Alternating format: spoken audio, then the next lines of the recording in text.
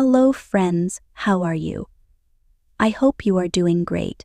In the 2.5 days of Hupgeist that never slept, the kingdom of Luminara, shadows were unknown to man. They were supposed to never exist again thanks to the city's greatest invention, the Illumina core, which pushed Alita's creators to create a society submerged in an unending light. They were crimes, secrets, and fear unknown to them, and they existed as one happy society. But perfect as the building was, the outside hid a secret. A picture of Eris Solon, a journalist for the city's alone news outlet that finally made her appear, came across her by chance while she was researching for a story. It revealed another figure in the back silhouette. Intrigued, she dug through archives and found a recurring name tied to shadow sightings.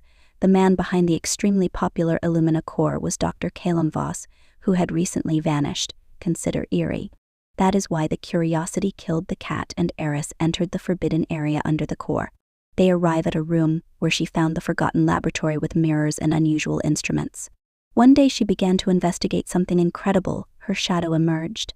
From it emerged a voice. The light without the shadow enshrouds the soul.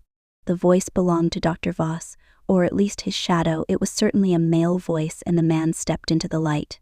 He explained the truth about the Illumina core.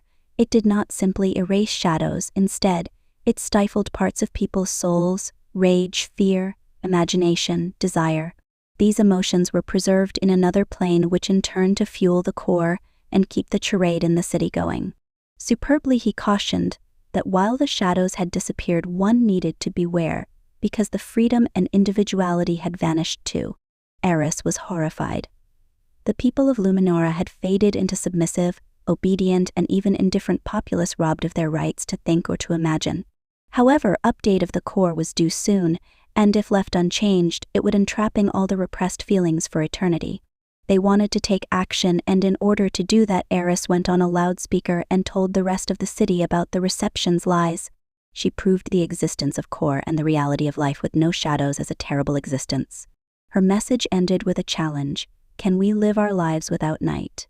When the core started getting upgrades, that's when the city started to crumble.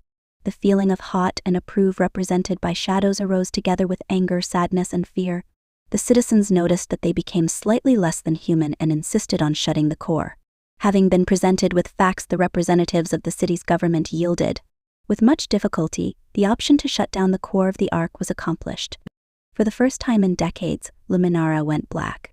In mid-air, stars were shining and shadow on the roads expanding. The citizens felt the fear as well as admire the roughness of the otherwise perfect world and the need for it. Eris was with them, her shadow beside her, proof that light always came with darkness. People started to restore Luminara, not as Dream City, but as the one where people are free to live their lives with their shadows. And so the city, without shadows, became the city of light and dark, of day and night, is the city that celebrate both.